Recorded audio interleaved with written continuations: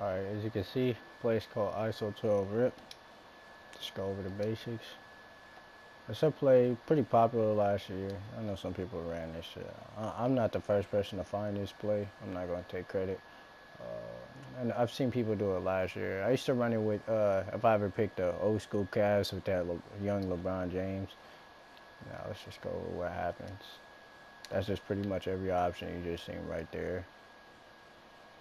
And what this play is, it's pretty good ISO. You could run this in Pro-Am.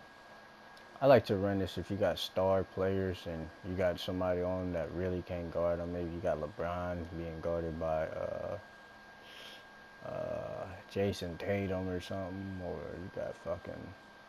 you want somebody that could drive in. Maybe you got who's another player? James Harden being guarded by fucking Lonzo Ball, anything. But you can see, got an average shooter in the corner right here, so he can't leave. If this is Pro-Am, let's mark out who your little Pro-Am players are. You got your average shooter, or I should say your worst shooter. Maybe you got a lockdown or shot creator, lockdown or something. You can't really shoot, but you can shoot the corner. All right, you got your star player right here, your best ball handler. Right here, boom. Got an average shooter / ball handler, whatever. Or maybe even got a slasher right here. Say this is your ball handler, your little prototype player, and then maybe you got a slasher right here. Or somebody that could just pretty well rounded, where they could shoot. You want somebody that right here that can at least shoot moving mid ranges. Let's just say he's a star moving mid range shooter. Pure shot creator or something like that. Shot creating playmaker or something. He's cutting in. Now right here, you want see the lineup perfect. Right here, you're gonna have your stretch or your best shooting big, your rebounding big is gonna be playing the free throw line, because that's your last screen. You always want your hardest screen coming from your biggest dude, your weight bully. So, boom. He's gonna come out right after he sets this. He's gonna read. Boom. Now we had cut to the basket. Now let's just say DeAndre Jordan. His job is to read whether DeAndre Jordan. Maybe you run this play twice. Maybe DeAndre Jordan's cutting it off. If they're switching a lot, he's gonna come back. He's not. As soon as he hits this screen, he's gonna come upward some, and he's gonna run back around. So let's see it again. This is the second option. Boom. He faked them out. Ooh. And this is gonna be kind of hard to do with real players. So he's gonna take an extra step right to the hashtag before he runs around. Now, if he's doing a little arm thing where he's grabbing his arm, yeah, you run around. Now, if he's sagging off maybe right here, or he's right here, you're going to act like you're coming around, boom. Get back to the inside. As you can see, you have to cut in. Now, let's say he's sagging off so you can't pass that. You just wait for him to come all the way around, give him the ISO, and then set a screen. He cuts out to the 3. Or he just posts up down low. Or you pass to him first. He sets an off-ball screen. GFT cuts around. He drops down. You can see, that's just all your Pro-Am options. Just wanted to give that out there. And as you can see, I did a couple. If he's stepping up, maybe you got 2 stretches. He's stepping up. Got that cut with Jimmy Butler for the alley-oop.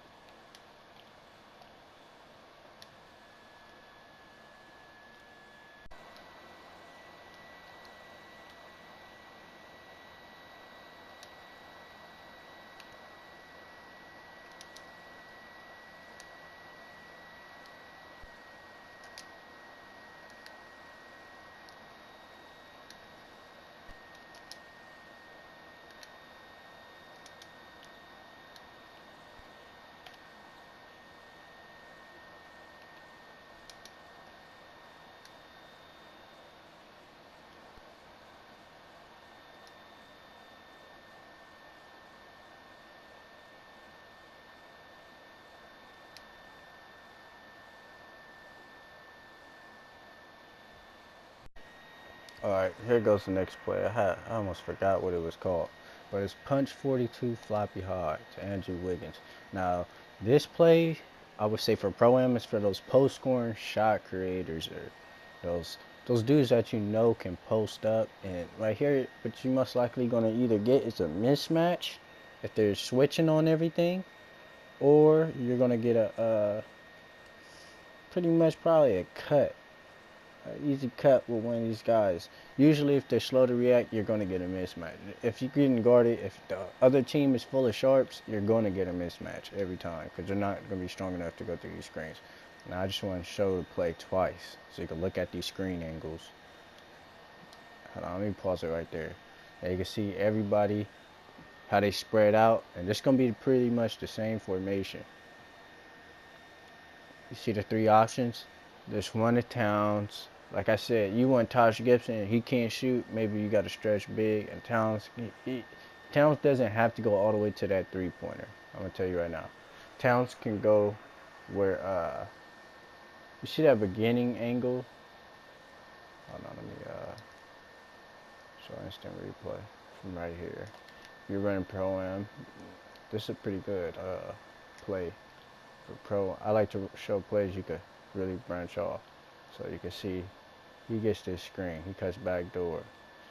And I would say practice this if you have a slasher or whoever's going to be doing this post up, because I want to see how you get that angle. What he should be doing, he should be running to about right here, and once his dude makes like his arm is going to wave out. Once his arm waves out, then he cuts in. Like he has to do a full circle cut, because if he cuts in straight like this, it's going to fuck this up. So he tries to go like kind of baseline with the cut. And if he helps out, boom, you got an easy pass to Taj Gibson for the open mid-range. Taj Gibson can either run, well, he has to set this screen first, but so after he sets this screen, boom, Taj Gibson should drop down. Taj Gibson should be dropping down to about right here. He doesn't want to go all the way baseline. Just drop down a couple steps to the left. If he could shoot that. If he can't shoot that, if he's playing with a glass cleaner, can't shoot at all, he just sets this screen. Alright. And so you got the three options. If all else fails. Now you could, I would say Jimmy Butler would be a playmaker. I would have your sharpshooter right here running this play. I would start this play with a sharpshooter. Now or if Jimmy Butler's one of those playmaking sharps, a little bit more mobile or playmaking shot creator that you know has a money three-pointer, you want to have somebody that could shoot. He doesn't have to be the greatest shooter because he's going to be your all else fails guy right here. You want your all else fails guy sitting right here. You want your big that could somewhat shoot right here. All right, so or you could have your glass cleaner right here and your post up big right here. If you have a glass cleaner post up, you want your post up right here and you want your glass cleaner right here. Now, we all know the center probably isn't going to follow the glass cleaner all the way out. But he's going to run out here just until Jimmy Butler runs here. When Jimmy Butler runs here, then he comes back right here. He comes back right here. And I'm going to show you what you do. Now, we didn't get the switch, but usually you will get this switch in Pro-Am. I'm going to show you the difference between Pro-Am and play now. Now, your first option right here would be Jimmy Butler, but I'm going to show you, I'm going to give it to Anthony Towns, say the glass cleaner, if he can't shoot. Alright, so restart this, boom.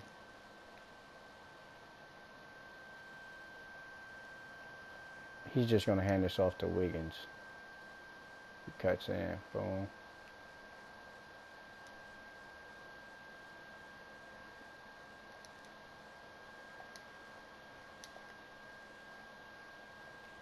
Now I'm going to show this again. Remember I said if Anthony Towns can shoot, you want him coming all the way to the top of that three. Jimmy Butler, you got a shooter right here, boom, you hand it off if he's covered. and he's gonna run in, boom, go all the way out, and then you're gonna let him post up. This, like I said, this gonna be your little post scoring shot creator. You're gonna let him go to work in that post, boom, and then got this side. He has this whole side to himself, so you don't have to worry about nothing. And he shouldn't be looking for the inside unless he definitely has it, because you don't want this dude helping out. And he can't really help because he's going to have this dude, the glass cleaner, right here ready to grab it. So, and remember, you got your sharpshooter right here, so he can't come down. And then probably your worst shooter is going to be him. And he's going to be a decent shooter. He's going to be one of those slashing playmakers that if you leave him, maybe he takes a step up and shoots a mid-range. Or, like I said, if he can't shoot at all, he comes down there, and then this guy will run around him. He'll cut into about right here. He won't cut all the way down to this 3. He'll cut into right there, and then he'll cut around him.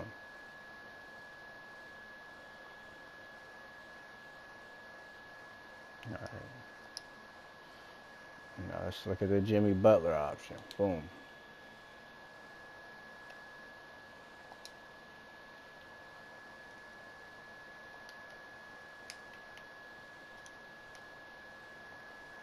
And as you can see, this play, another spread. Now this is the only option I say, for instance, if it's the last resort. Now let's say this guy can somewhat shoot the post score, or this guy can somewhat shoot the post score. The one that could somewhat shoot is going to stay out.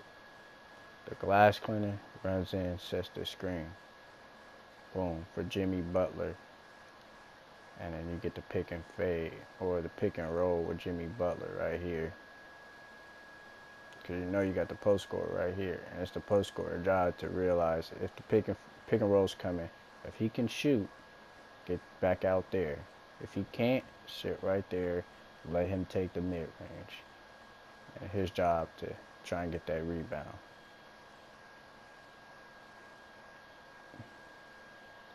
You got your sharpshooter at the top of the 3, so this dude can't really help out.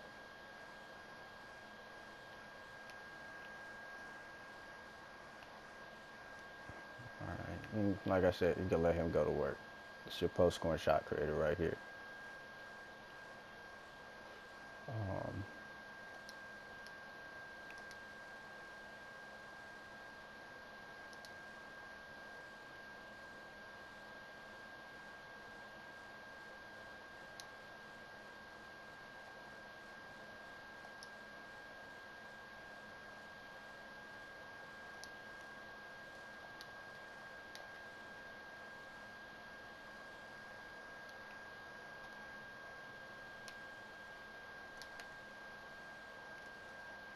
Alright, so we got this, boom. Just seeing it again. He's going to come wherever the ball's at, whether it's post up on the right or the left.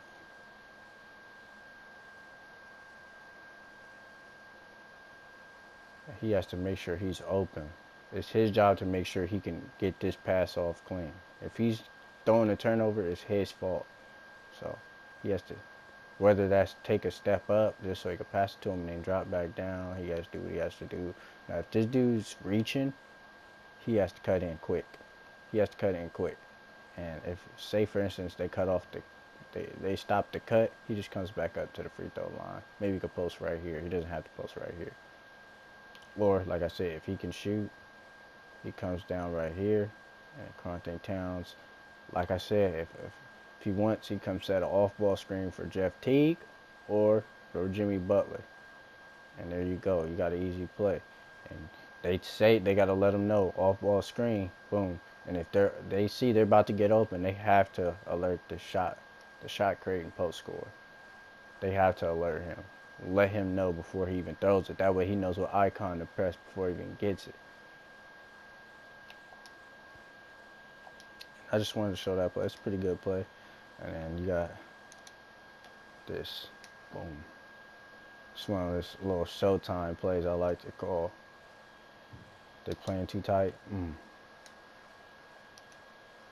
Playing too tight. Dudes be like, what the fuck? Yeah, it's like that. Only way they could really stop this is if that dude playing as Harrison Barnes is a pretty tall guy.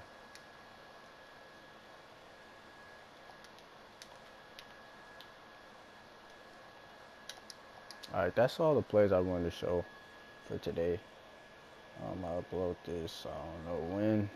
But like I said, I got plays just coming up. Gotta start putting them in my playbook. I already have like a PDF file of plays that you could run. Has about 50 plays on it.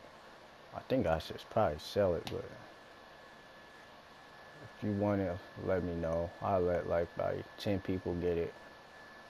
But yeah, just let me know. Alright, here goes the next play. I thought I recorded it, but it did not record. And the play's called Give 53 Horns Fist. Fuck, man, I gotta redo this again. So, right here, let's just go over the basics. The basic placements. Alright, we got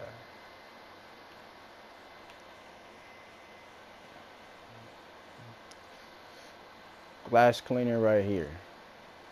Post score or pure sharp or stretch right here. You want to shoot, there's 4 right here. Cutter right here. Shooter either. Want your shooter either right here or right here. Your choice. Whoever can handle the ball the best will be playing right here. Jimmy Butler's your best ball handler in this instance.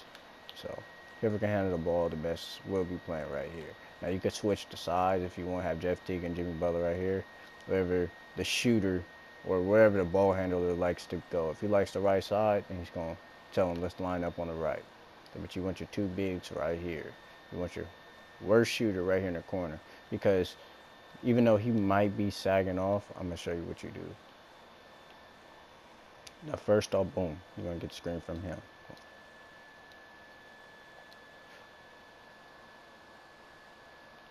Get the screen from him. He sets a solid screen. Be patient with these screens. And that's your first option. It wasn't a good option, but I'm going to see it again. So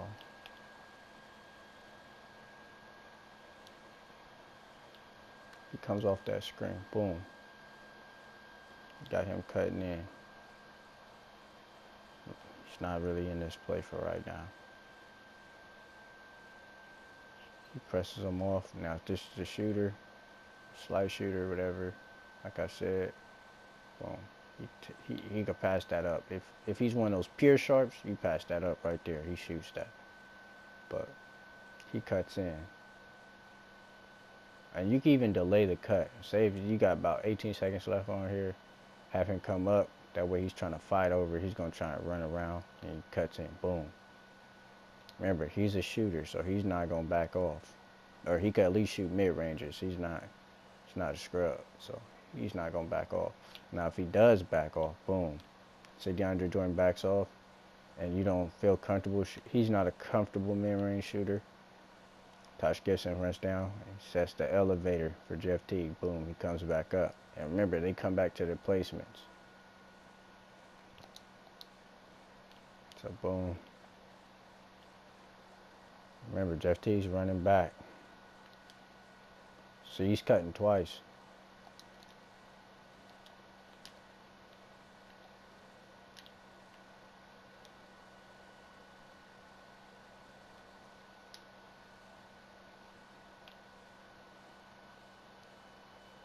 And you can see, watch as Andrew Wiggins, he's running to this corner. He's going to be setting an off-ball screen for Jimmy Butler. He's checking to make sure he ain't sagging off. If he's sagging off, then he could probably get this cut in, but he's not sagging off. So he feels him pushing him. Like, you know, when you're playing, you got the dudes grabbing you. That's just all you need. That's all you need. If they're grabbing you, then you cut back out. And remember, he's cutting back in. Boom. There goes the screen for Jimmy Butler.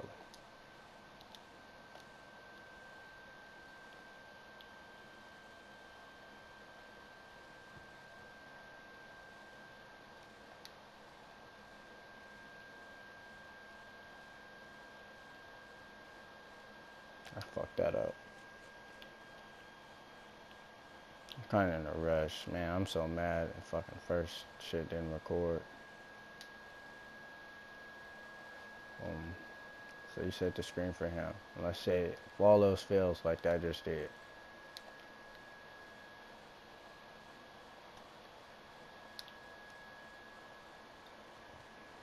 So you got the second cut coming. Boom. All those fails. Like I said, all those fails.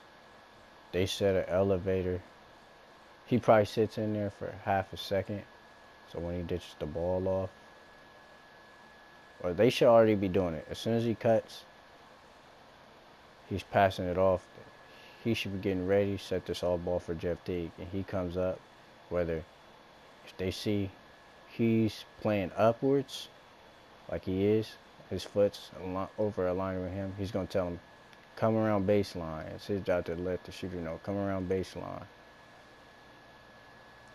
Communication is key. Now, if he's playing downwards, he's going to set an elevator. They're going to set elevators. But usually they'll be playing up to try and stop the pass. So usually he'll be just going baseline for the safe side. Just to be safe. Boom. Sets off ball screen. Jeff Teague runs up. Carlton Towns comes sets the screen for Jimmy Butler. Like I said, Jimmy Butler's your best ball handler in this situation. So, boom. Runs down. Now if he's a shooter, pick and fade. And then after he sets this off ball screen for Jeff Teague, he runs in. Simple. Simple. And now you got the option. Jeff Teague, if he comes off the off ball screen open, or ISO ball, or him cutting in, or pick and fade. Now if he can't shoot, maybe he's a post scorer. Like I said, you pick and fades and he stops right here. And you just go with the ISO, him cutting in, Jeff Teague with a 3. Or if he has a mismatch at any point, pass it to the post scorer. Simple. That's all else fails right there. But you really want something clean. Let me try and run this cleanly. That's clean. Clean cut. Boom. Boom. Take that. And you see how fast that play is? Even if it doesn't work out, I could probably get the ISO with Jimmy Butler for a while. Alright, just to let y'all know. I hope this video saves.